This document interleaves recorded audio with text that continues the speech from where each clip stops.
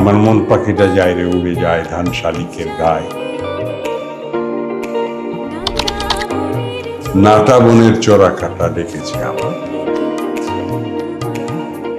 আমার মন পাখিটা যায় রে উড়ে যায় ধান শালিকের গায়ে, নাটা বনের চোরা কাটা ডেকেছে আমায়। নাটা বনটা কি? এই নাটা বন কি? এই আমার মতো গ্রামে গ্রামে না ঘুরলে তো নাটা বন কি চেনা যাবে না। নাটা এখন গ্রামে গেলে কি নাটা বন পাওয়া যাবে?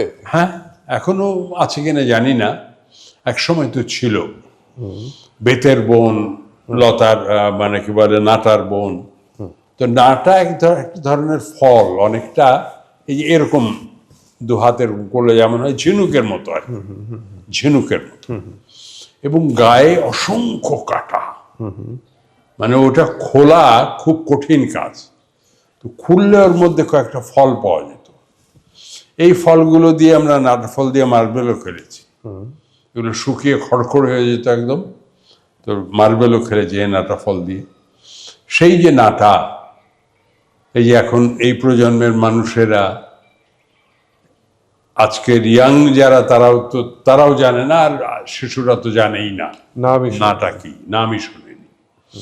সেই নাটা বনের চোরা কাটা রেখেছে আমায়, আমার মন পাখিটা যায় রে উড়ে যায় ধান শালিকের গায়ে। দেশাত্মবোধক গান, মূলত দেশাত্মমূলক গান, দেশাত্মমূলক গান। আমার গানের মধ্যে মানে বিবরণটা আমি খুব ভালো করে, আমার গ্রাম বাংলার বিবরণটা আমি আমার গানের মধ্যে সবসময় ব্যবহার করেছি, প্রচুর। হ্যাঁ, নদীর ধারে পথ, পথ পেরুলেই গাঁ, গ্রামের পরে গ্রাম পেরুলেও সবুজ ফোরায় না। এটা শাম্মী আখতার গেয়েছিল। এবং ও যখন চায়নায় যায়, তখন চায়নায় ওরা ওকে রিপিট করে, ও তো গেয়ে বেরিয়ে এসছে, তো চিৎকার হচ্ছে কেন? তখন একজন এসে বললো যে আপনাকে গানটা আবার গাইতে হবে। নেটিভরা, চাইনিজরা, হ্যাঁ, চাইনিজরা এই গানটা পছন্দ করেছে। এত পছন্দ হচ্ছে তাদের, সুরটা নিশ্চয়ই তাদের। তারপরে ওই গান তারা এখানে এসে গেয়ে শুনিয়েছে, শিল্পকলায় এসে গেয়ে শুনিয়েছে তারা পরে।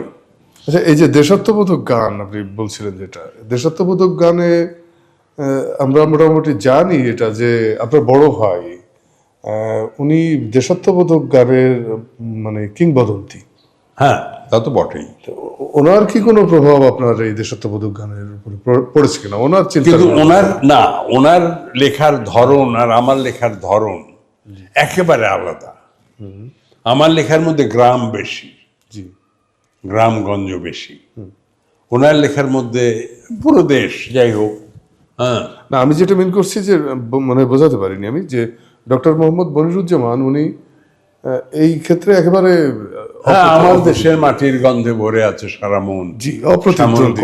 এটা কি আপনাকে কোনোভাবে কোনো আকর্ষণ করেছে কিনা, যে ভাইয়ের গান এত সুন্দর, এত ভালোভাবে লিখছেন, মানুষ এত ভালোভাবে নিচ্ছে, আমি ওই লাইনে একটু দেখি, চেষ্টা করি? না, আমি প্র্যাকটিক্যালি বড় ভাইকে গুরু হিসাবে চিন্তা করেছি, ওই হিসাবেই রেখেছি। আমি কখনো প্রতিদ্বন্দ্বী হিসাবে ভাবিনি, ভাবা উচিত না।